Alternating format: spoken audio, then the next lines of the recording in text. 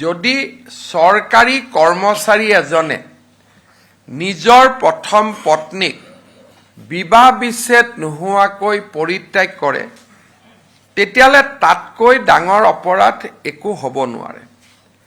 নিয়ম মতে সেই চৰকাৰী কৰ্মচাৰীজনে ইয়াৰ পিছত চৰকাৰী চাকৰিত থকাৰো অধিকাৰ হেৰুৱাই পেলায়। এই অভিযোগবিলাকৰ তদন্ত নোহোৱাকৈ বা ডিপাৰ্টমেণ্টেল প্ৰচিডিং নোহোৱাকৈ এজন ব্যক্তিক চৰকাৰী চাকৰিৰ পৰা আমি গুচাই বুলি ক'লে গুচাব নোৱাৰোঁ।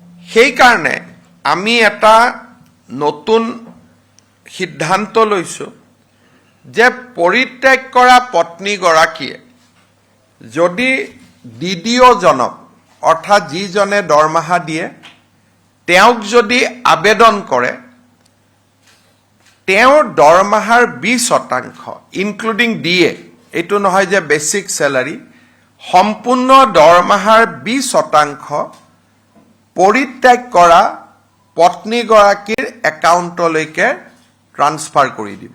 কেছো চলি থাকিব, প্ৰচিডিঙো চলি থাকিব। সমান্তৰালভাৱে মহিলাগৰাকীয়ে 20% দৰমহাৰ ধন লাভ কৰিব যাতে তেওঁলোকে এটা জীৱন এটা আৰম্ভ কৰিব পাৰে। আজি আমাৰ চৰকাৰী কৰ্মচাৰীৰ এভাৰেজ দৰমহা 50,000 প্লাছ ইন এণ্ড এৰাউণ্ড। গতিকে লগে লগে অন্তত মাহত 10-12,000 টকা সেই পত্নীগৰাকীয়ে পৰিত্যাগ পত্নীগৰাকীয়ে লাভ কৰিব পাৰিব। আৰু ইমানতে শেষ হৈ নাযায়, কৰ্মচাৰীজনৰ ওপৰত ডিপাৰ্টমেণ্টেল প্ৰচিডিঙো আৰম্ভ হ'ব সমান্তৰালভাৱে।